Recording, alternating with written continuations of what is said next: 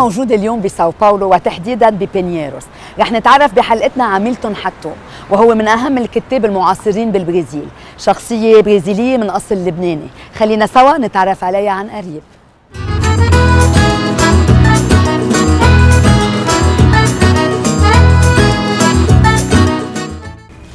Monsieur Milton Hattoum, merci de nous recevoir ici dans votre maison à Sao Paulo. Vous êtes écrivain, traducteur et professeur universitaire. Vous êtes né à Manaus, en Amazonie, en 1952. Vous êtes aussi considéré comme l'un des écrivains les plus connus de la littérature contemporaine brésilienne. Vos parents ont émigré de Beyrouth, plus spécifiquement de Borges Brajne. Racontez-nous un peu à propos de cette immigration. Oui, bon, merci à vous. Mon grand-père paternel est venu du Liban vers 1904 pendant les booms de caoutchouc. Il est venu de Beyrouth, en Amazonie, pas à Manaus. Il a été à Nacre, c'est un État à l'ouest de l'Amazonie, qui était en guerre avec la Bolivie. Cet État, ce petit État de l'Amazonie, a été conquéré par les Brésiliens qui habitaient là-bas, surtout des émigrés du nord-est du Brésil. Donc, mon grand-père s'est installé à Rio Branco, c'est la capitale de cet État, et il a vécu pendant 9 ans en Acre, et il est retourné à Beyrouth. Bon, il a gagné un peu d'argent, évidemment, et il a construit une maison à Bourges, et mon père, quand il était petit, quand il était enfant, il a écouté des histoires sur l'Amazonie, que son père lui racontait. Il était fasciné. Il était tout à fait fasciné parce que c'était des histoires un peu fantastiques, un peu bizarres. Il avait une guerre contre la Bolivie. C'était un territoire bolivien, l'État d'Acre. Et il n'est pas venu au Brésil en tant qu'immigrant.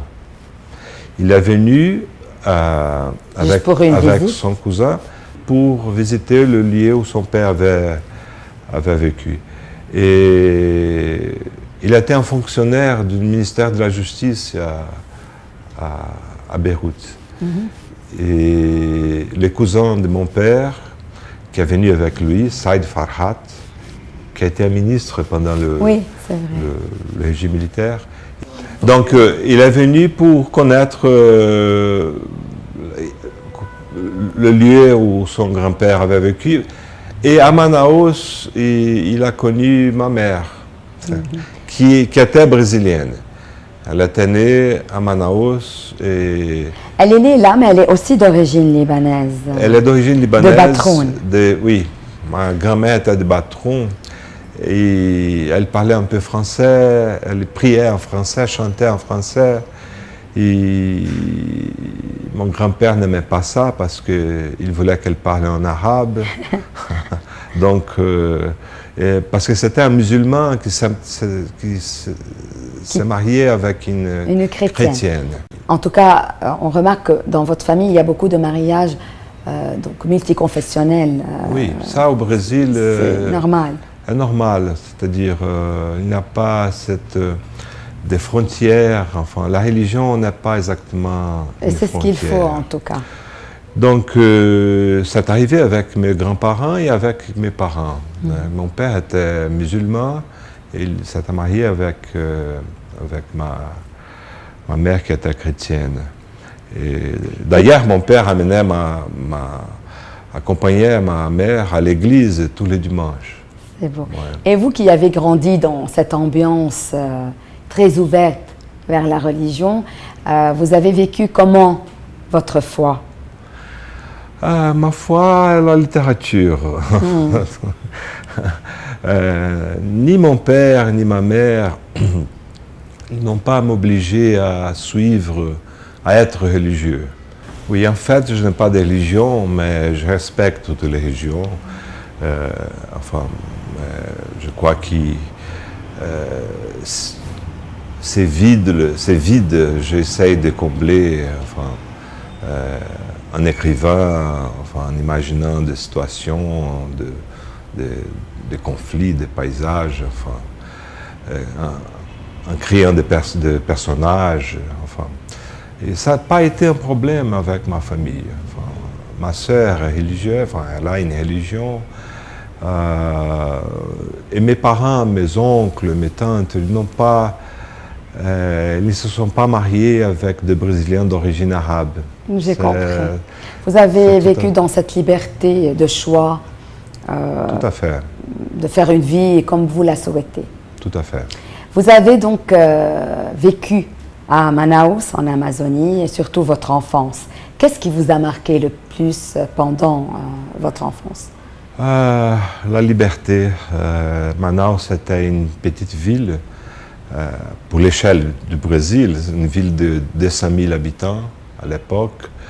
Et je pouvais faire presque tout. J'avais des amis, j'étais un chanteur, je chantais. Ah d'accord. Donc vous avez beaucoup de talent. Ah non, ma voix n'était pas si horrible qu'aujourd'hui, mais on avait un groupe de musiciens. Je lis quelques livres très importants de la littérature brésilienne et même française à Manaus. Déjà dès votre enfance, vous aviez cet intérêt vers les livres et la lecture. Oui, mais je ne pensais pas que j'allais devenir un écrivain. Je voulais devenir un architecte, mais à Manaus, c'était une ville merveilleuse parce qu'il y avait des petites rivières qui entraient dans la ville, qu'on appelle igarapé, parce qu'en langue indienne, ça s'appelle chemin étroit. On allait nager dans ces petites rivières, c'était très agréable. Donc il y avait une grande communauté de Syriens, de Libanais à Manaus.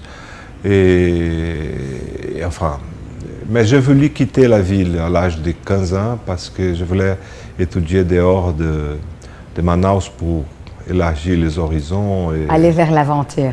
Voilà. Et étudier l'architecture parce qu'il n'y avait pas un cours d'architecture à Manaus à cette époque-là. Comment était votre relation avec vos parents?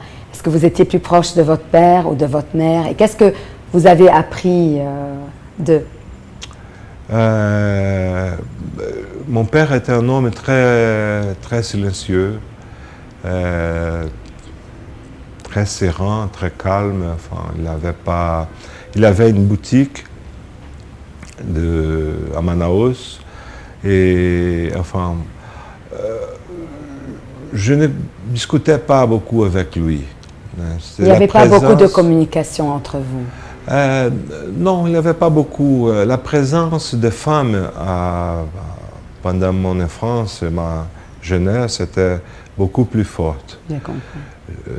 Les femmes étaient très puissantes. Donc votre mère était beaucoup plus proche de vous et vous étiez peut-être plus amis avec elle, vous communiquiez un peu plus? Ah, tout à fait, oui. C'était elle qui décidait tout. C'était pas mon père. Ah, d'accord. Il était très obéissant. Aussi? Oui. Et ça, c'est rare.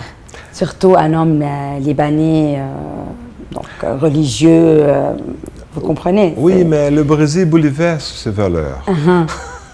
Je remarque. En tout cas, ça nous fait plaisir, nous les femmes, ça ne nous dérange pas. Oui, la présence des femmes était très forte, de ma grand-mère, de mes tantes, ma mère. Et donc, c'est ma mère qui m'a laissé quitter la ville à l'âge de 15 ans, tout seul. Elle vous a poussé. Parce que d'aller de Manaus à Brasilia, c'était 2 heures et demie de vol entre Manaus et Brasilia. Donc, quand j'ai quitté la ville, je savais que je ne pourrais pas y retourner. Donc vous étiez parti à 15 ans, sachant que vous ne retourniez pas à Manaus? Oui, je suis retourné un an après. Et une fois chaque 2 ans. Enfin, Donc vous étiez parti pour de bon, comme on dit. oui. Et vous regrettiez d'avoir quitté aussitôt? Un peu, parce que Brasilia, à l'époque, était une ville très dure à vivre, à cause de la répression du régime militaire. Bien sûr. Et ça a été un peu dur pour presque un enfant. Surtout enfin, un adolescent de jeune. 15 ans. Voilà. Et c'était vraiment admirable de votre maman de vous laisser partir à cet âge et de respecter votre choix et Oui, de ne pas être égoïste. Oui, c'était ça. Elle a respecté mon désir de suivre mon chemin. Mais ensuite, je suis venu à São Paulo en 1970, 2 ans après mon arrivée à Brésil. Et c'est là où vous avez été donc, diplômé en architecture et Voilà. en urbanisme. Voilà. Mais pourquoi vous avez été diplômé donc, en architecture et vous n'avez pas donc, choisi d'être architecte? Vous êtes aujourd'hui auteur. Bon, parce que je ne pourrais pas vivre de littérature. J'étais un jeune de 18 ans et je voulais devenir un architecte. Je travaillais quand même un peu comme architecte quelques 2 ou 3 années à São Paulo. Et j'étais prof d'histoire d'architecture ici, dans une université à l'intérieur de São Paulo, à 200 km d'ici. Et ensuite, je me suis dit, je vais écrire, il faut quitter le Brésil parce qu'il y avait de la censure à l'époque. On ne pouvait pas écrire, on ne pouvait pas... Être artiste était un problème. Et ce n'était pas facile d'être un artiste, un écrivain au Brésil à cette époque-là. D'ailleurs, c'est un des sujets de mon roman Cendres d'Amazonie. Exactement. L'impossibilité d'être, ou la difficulté de devenir un artiste au Brésil aux années 70, par là.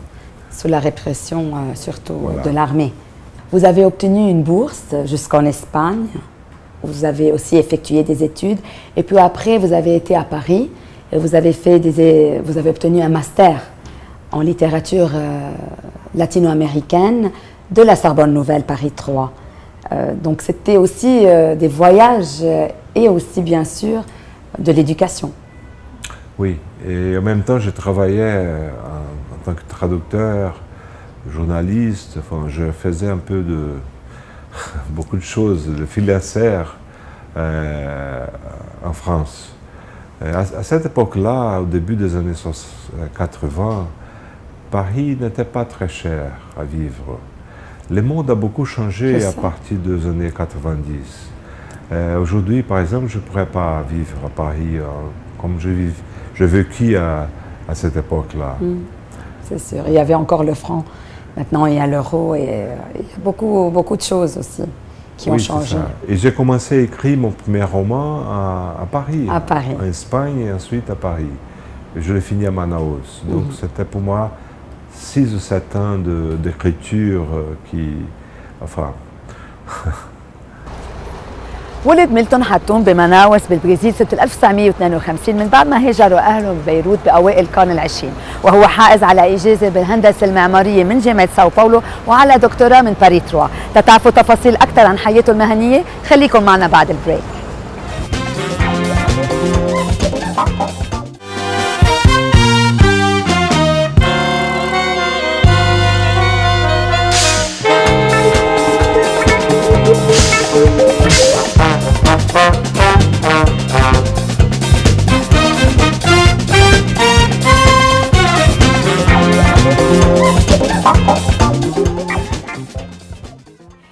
On va parler de votre carrière qui est très intéressante. Vous avez publié votre premier livre qui est un récit de poésie en 1979, Amazonie, un fleuve entre ruines.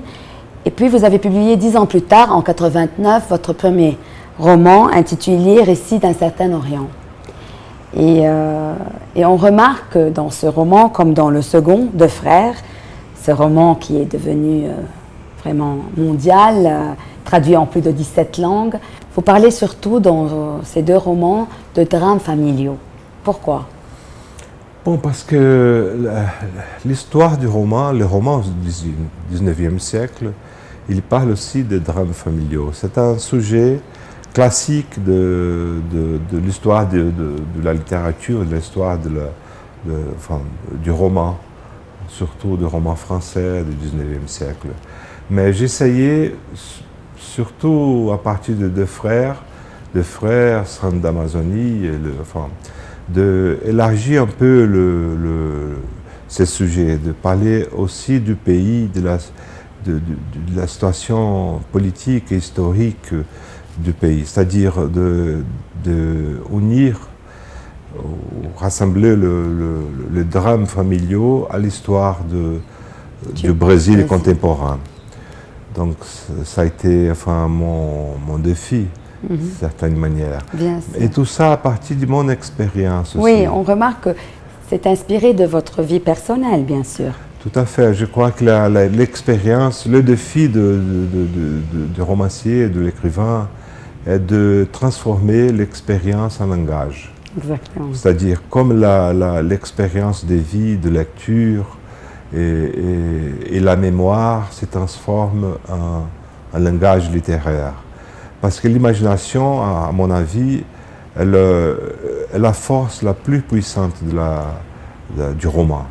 Exactement. Ouais. En tout cas, c'est un pouvoir que chaque humain porte en lui. Mais chacun l'exprime d'une façon ou d'une autre. Et les écrivains dans leurs romans. Oui, c'est ça. Donc l'expérience est fondamentale pour moi en tout cas. Bien sûr, bien sûr. Le thème de l'immigration, des origines, de l'identité, on le retrouve souvent dans vos romans.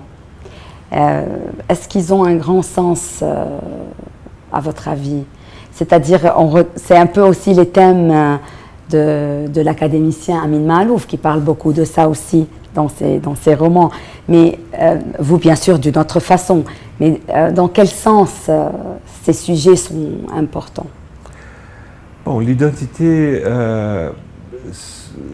la quête de l'identité, c'est toujours une espèce de mise en abîme. Parce que l'identité est toujours plurielle. On choisit des fois notre identité.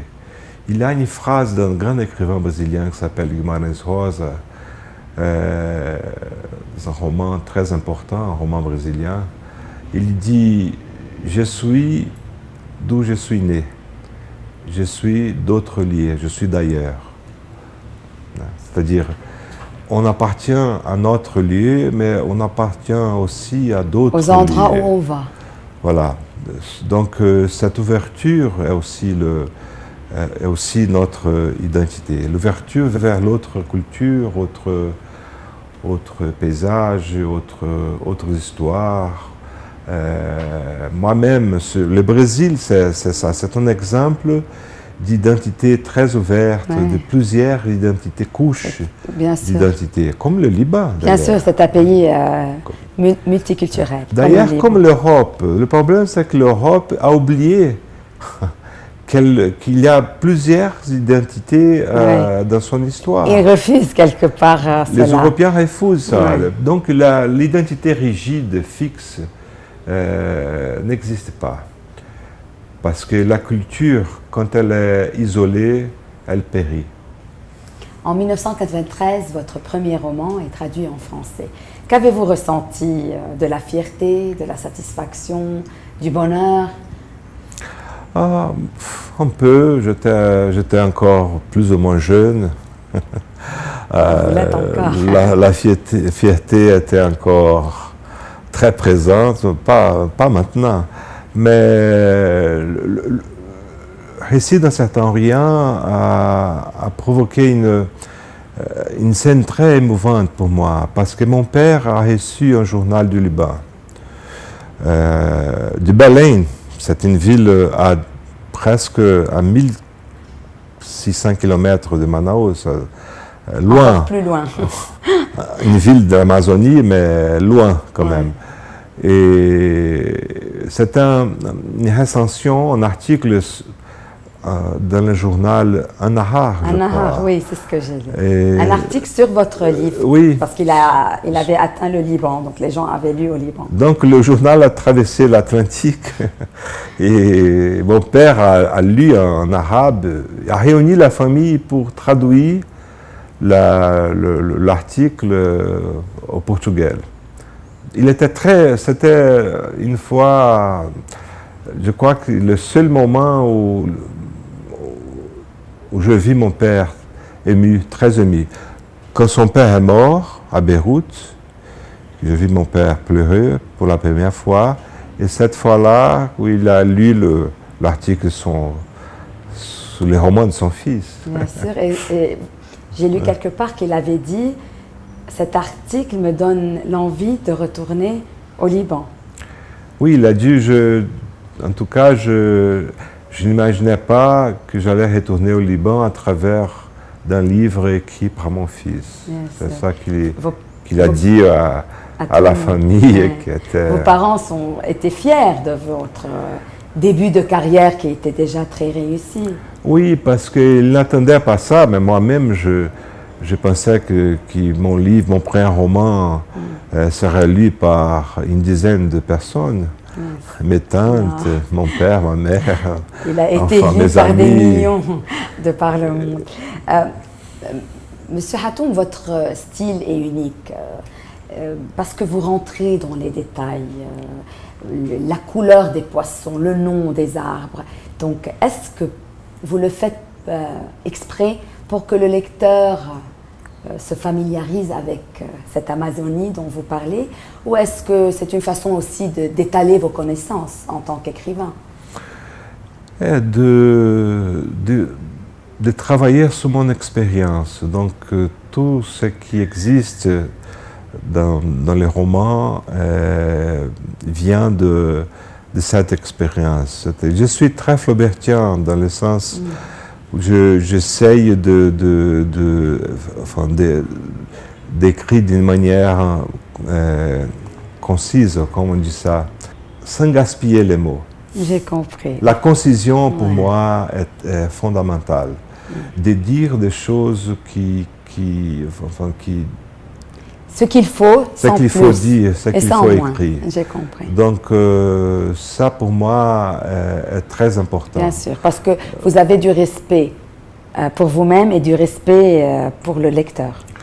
Oui, parce que je n'aime pas beaucoup les romans qui décrivent des situations, c'est-à-dire, il faut, je ne sais pas s'il existe ces mots en français, ces verbes, d'épurer, la dépuration. Oui, épurer. Il faut épurer le langage. J'ai compris. D'après vous, qu'est-ce qui a fait le succès de vos romans auprès des lecteurs? C'est votre style, c'est les sujets? Je ne sais pas, je ne saurais dire pourquoi les romans ont fait des succès. Enfin, c'est très difficile à dire ça, parce que quand on écrit, on ne pense pas à un lecteur idéal ou hypothétique. Enfin, je ne pense pas à ça. Et mon premier roman, le public n'est pas très large. Là. Au début, il y a eu presque, je dis, attendre 3 ans pour une deuxième édition. Mais Les Deux Frères a eu un succès très grand, immédiat, et je ne sais pas pourquoi. Peut-être c'est toujours le langage, l'histoire ensemble qui fait de vos romans oui, c'est ça. Des succès. Oui. Et je viens de savoir par vous-même que vos livres sont en train d'être réalisés en feuilleton télévisé et en film oui, c'est ça. De cinéma, ce qui est exceptionnel. Racontez-nous un peu sur ce sujet. Orphelin d'Eldorado, c'est un petit roman, a été déjà adapté, filmé, il sortira l'année prochaine. Et Deux frères va devenir un feuilleton, pas exactement un feuilleton, mais une série de 10 chapitres à la télévision Globo, c'est la plus grande télévision au Brésil. Donc votre littérature atteint d'autres dimensions, puisque vous n'êtes plus auteur, vous êtes scénariste, ou ce n'est pas vous qui avez écrit les scénarios? Non, ce n'est pas moi. Mais vous avez bien sûr tous les droits réservés. Ben oui. Bien sûr, bien sûr. J'ai envie de vous poser cette question. Quel auteur libanais vous intéresse le plus? J'aime bien Elias Khoury. Les romans d'Elias Khoury qui ont été traduits bien sûr, en plusieurs langues. Au portugais. Il y a de très belles traductions en portugais. J'aime bien l'œuvre de Khoury. Et bon, mais il y a tellement d'écrivains et de poètes syriens aussi, Adonis.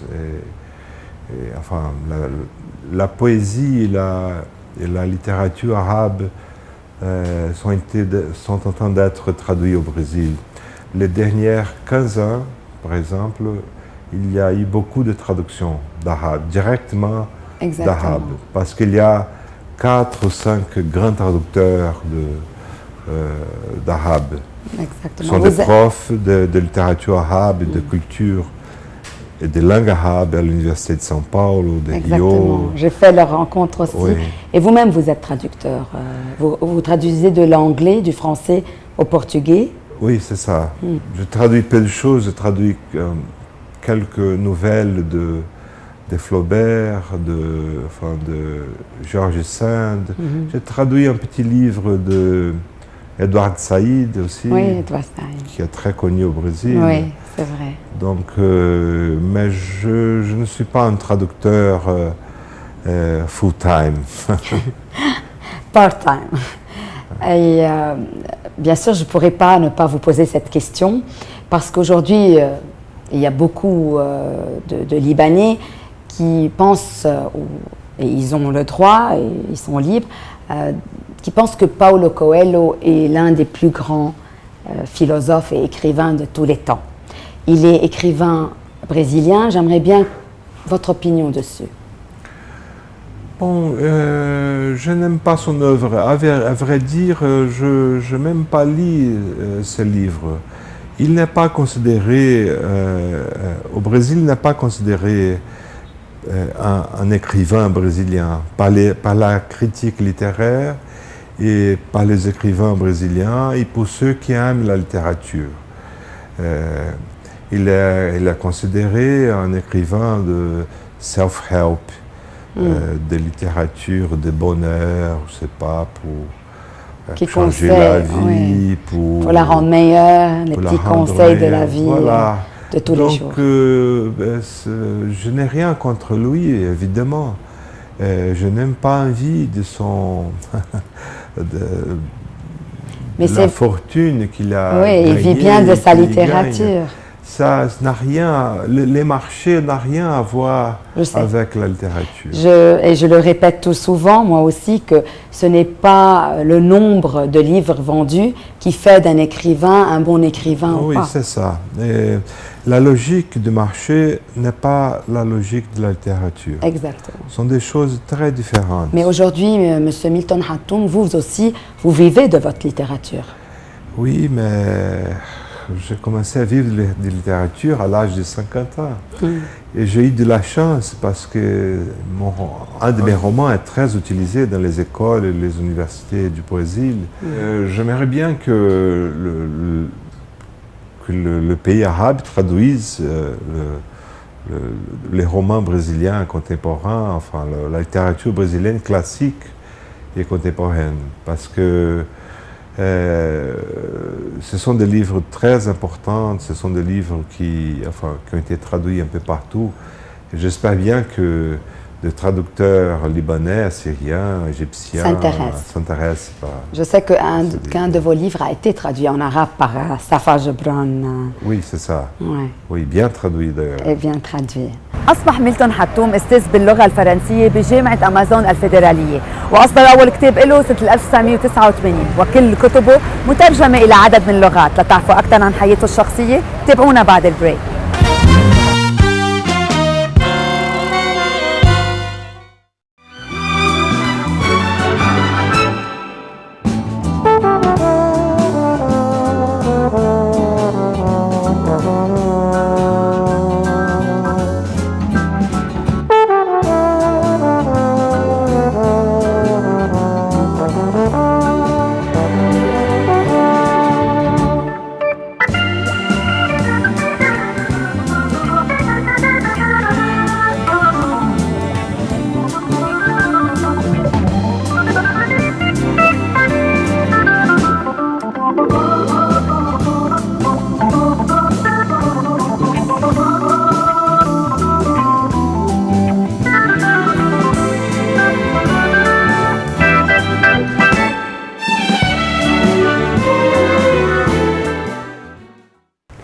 J'aimerais bien qu'on parle de votre famille, parce que je sais en tant qu'auteur que la famille c'est toujours aussi une base pour l'auteur.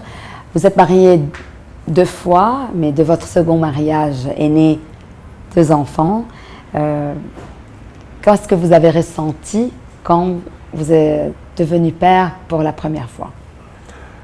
C'était peut-être la plus grande joie de ma vie, parce que mes enfants, d'abord, le 1er juin au Rana, j'étais en train d'écrire Cendres d'Amazonie, et il est né quand le roman été publié.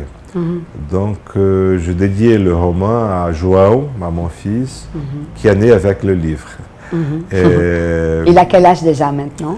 Il a fait 10 ans, et l'autre, Gabriel, Jibril, il a 6 ans.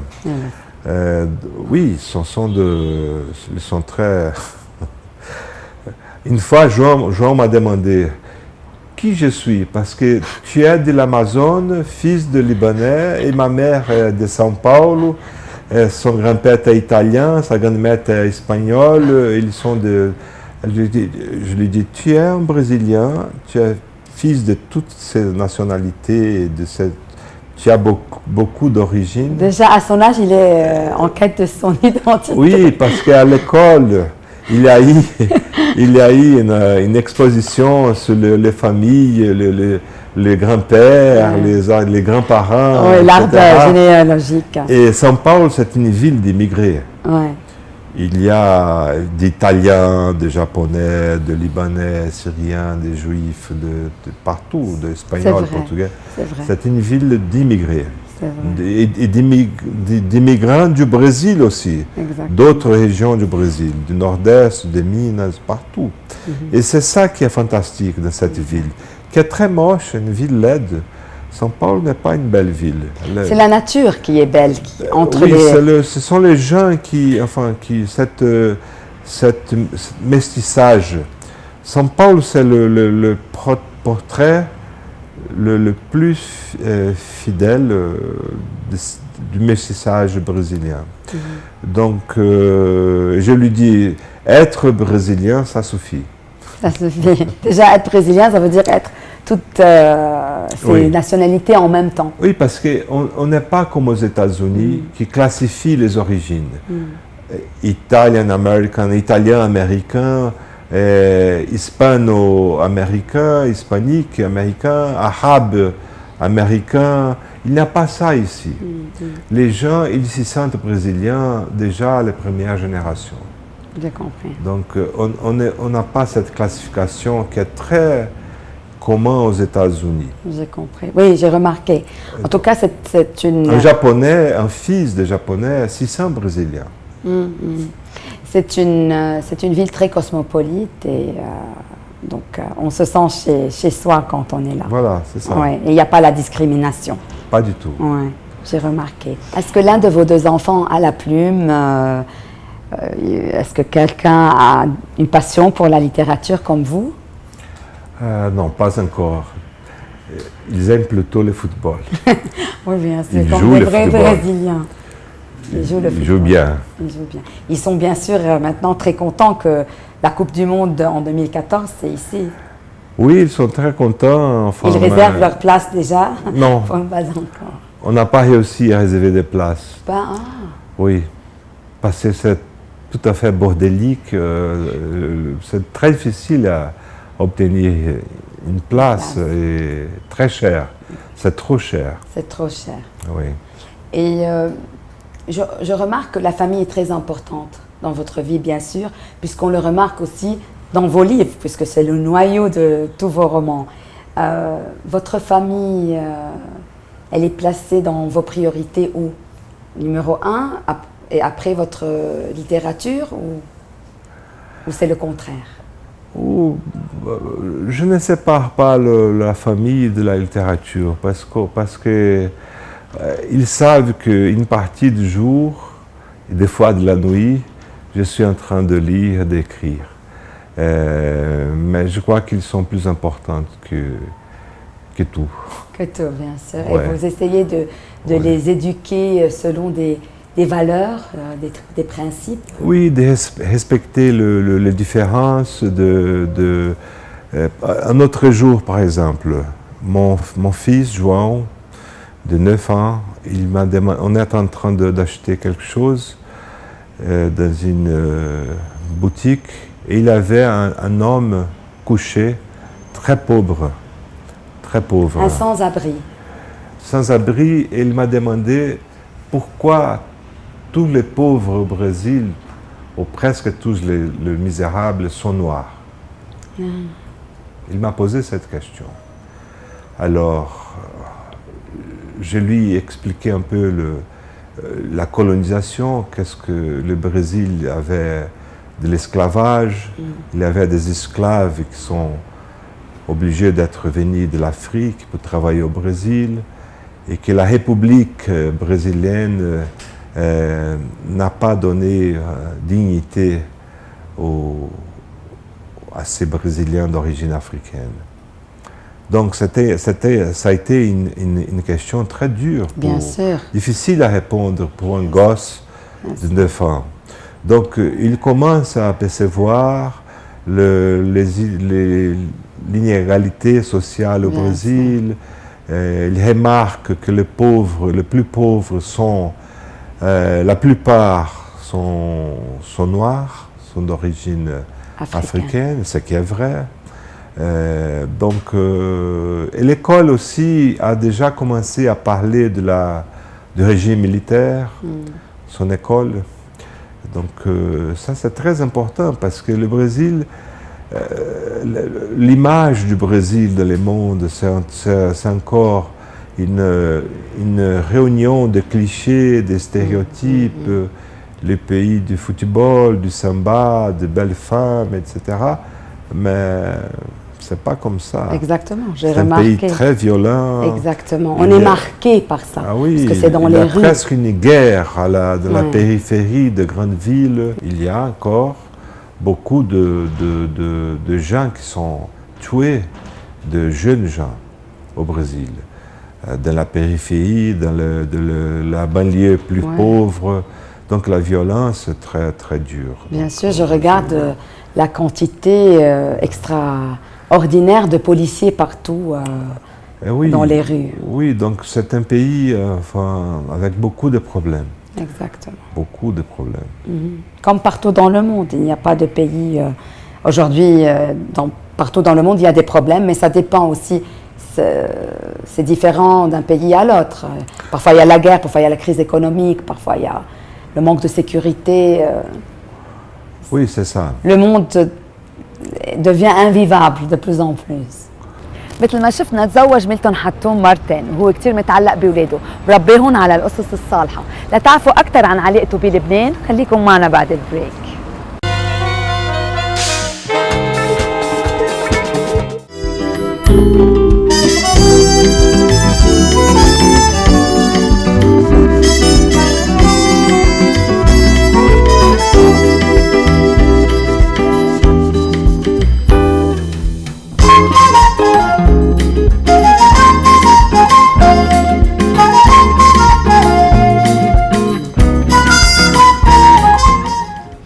parlons du Liban. Vous l'avez visité 2 fois, une fois en 1990 avec votre père et une autre en 2010 où vous avez donné une conférence. Racontez-nous un peu vos premières impressions lors de votre première visite. La première fois, ça a été un peu triste parce que la ville était détruite. Enfin, une partie de Beyrouth était détruite. Mais c'était très émouvant parce que je suis arrivé à Beyrouth avec mon père, qu'il n'y était retourné depuis 33 ans. Oh. Donc, c'était lui qui était très ému et vous étiez ému face à son émotion. Oui, et on a pris un taxi et il dit « Je vais à Bourges, el Brajne, à Bourges. » Et le chauffeur lui a demandé « Quelle est votre famille ?» Il a dit « Hatoum ». Et le chauffeur dit « Je connais les Hatoum, la famille. » C'est très libanais, ça, tout le monde connaît tout le monde. Donc, j'ai voyagé beaucoup pendant 2 semaines. Enfin, j'ai connu plus de 50 cousins et cousines, une folie de jeunes, de monde, la visitation. Je mangeais 4 ou 5 fois par jour. Oui, ça c'est très libanais aussi. J'ai grossi quelques kilos c'est typique. 2 semaines. Et c'était très émouvant. Enfin, je rêvais du Liban parce que mon père, même silencieux, un homme très, pas éloquent, il me parlait du Liban. Il me montrait des photos, il était très attaché à son pays. Ah oui. Et il parlait l'arabe en votre présence aussi. Oui, il parlait avec mon grand-père, avec ma grand-mère, avec quelqu'un de ses amis. Donc il parlait bien, il écrivait bien. Il était parfaitement bilingue. Il a appris le portugais, il écrivait aussi en portugais, il lisait. Et donc c'était émouvant. Bien sûr, c'était le retour aux sources. Oui. Et pour vous surtout. J'ai connu le nord, Trablus, Tripoli, et le sud. Enfin, j'ai voyagé un peu, j'ai connu Batroum, une belle ville. Bien sûr, à côté de la mer. Une belle ville, Bekaa, Byblos, Kiloun. Et lors de votre seconde visite, vous avez vu un Liban un peu différent, j'imagine. Tout à fait différent. Tout à fait différent. La ville reconstruite dans sa splendeur de grande ville. La plus belle ville peut-être du Moyen-Orient, peut-être Damas et Beyrouth. À mon avis, sont de très belles villes. Bien sûr. Et à l'université aussi de Saint-Joseph. J'étais aussi à l'université américaine de Beyrouth pour faire une conférence. Donc ça a été extraordinaire, avec des écrivains latino-américains. Oui. Vous avez rencontré des auteurs libanais et est-ce que vous trouvez qu'il y a un niveau assez haut de l'éducation et de la culture au Liban? Je crois que traditionnellement, le Liban et Beyrouth a été ce carrefour entre... Il a beaucoup publié, le Liban a toujours publié de traductions. Et la revue d'Adonis aux années 50, par exemple, 60, les revues qu'il a dirigées, ce ont été des revues très importantes pour le monde, pour la culture arabe. Donc, et la presse libanaise aussi. Il y a des journaux très importants, des revues, L'Orient les Jours, et des journalistes très compétents. Des très bons journalistes. Donc l'ambiance universitaire est très, je crois qu'elle est très sérieuse au Liban. Bien sûr. Donc je crois qu'il faut faire la paix avec le voisin. Et les voisins aussi. Il faut faire la paix avec eux. D'abord, il faut créer un État palestinien. Ça, c'est le grand problème. Bien sûr, c'est là où tout a commencé. Il faut absolument créer un État palestinien libre, indépendant et tout à fait viable. Sans ça, il n'y aura jamais de la paix au Moyen-Orient. C'est vrai. Il faut trouver la bonne solution et je crois que ça commence par... Oui, parce qu'il y a un peuple sans État, sans patrie. Exactement. Il y a un peuple coincé, emprisonné. C'est pas juste. C'est vrai. Vous croyez en la justice? Non, pas du tout. Vous croyez plutôt en la justesse? Je crois qu'il y a quelques hommes justes. Mais qui ont ou été tués, ou assassinés, ou exilés. Oui, par exemple, Sami Kassir, c'est un grand journaliste et auteur. J'ai lu son livre, Histoire de Beyrouth, qui est merveilleux. C'est vrai. Pourquoi ça? Pourquoi cette violence, cette tuerie? Ça n'aboutit à rien. Parce qu'au Liban, on paye cher la vérité et le courage et l'honnêteté et la transparence. Oui, mais il n'existe pas la vérité absolue. Exactement. Et il existe les doutes tout le temps. Donc la tolérance, voir et accepter les différences, c'est fondamental pour l'être humain, pour toute société. Bien sûr. Un dernier mot que vous aimeriez dire à tous les téléspectateurs libanais qui nous regardent ce soir au Liban et partout dans le monde? Donc je voudrais remercier votre gentillesse, votre amabilité. C'était un plaisir de parler au Liban, aux Libanais, au monde arabe. J'aimerais bien je rêve d'une rencontre culturelle, d'un échange culturel, pas seulement économique, mais aussi culturel. Surtout culturel. Entre le monde arabe et le Brésil et l'Amérique latine. Il faut connaître les pays arabes, la culture arabe, et il faut aussi que les Arabes connaissent la culture, les pays latino-américains. Ça, c'est la seule condition de devenir, de l'avenir, de comprendre les uns les autres. Bien sûr.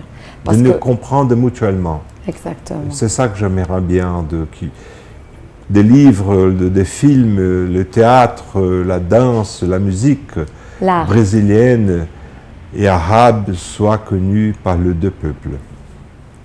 En tout cas, au XXIe siècle, on ne peut que devenir des citoyens du monde pour pouvoir vraiment survivre. Oui, voilà. Voilà, c'est ça. C'est ça. En tout cas, Monsieur Milton Hattoum, je vous remercie pour cette très belle rencontre et j'espère vraiment vous revoir au Liban pour signer votre prochain livre qui sera traduit en arabe, j'espère. Merci bien, merci à vous. Merci à vous. تعرفنا اليوم على ميلتون حتوم هالكاتب العظيم اللي ترجمت كتبه إلى أكثر من 17 لغة وأصبحت أفلام سينمائية. إن شاء الله كلنا نكون تعلمنا منه الصدق والحقيقة.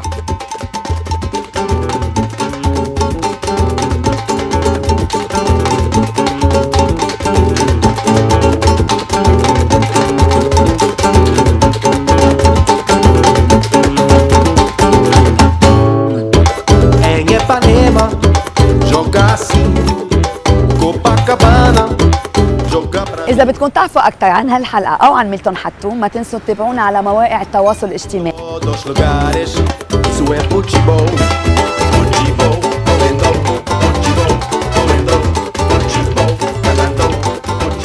ما تنسوا تحضرونا الأسبوع القادم بنفس الوقت لتكتشفوا اسم جديد من أسماء الناس.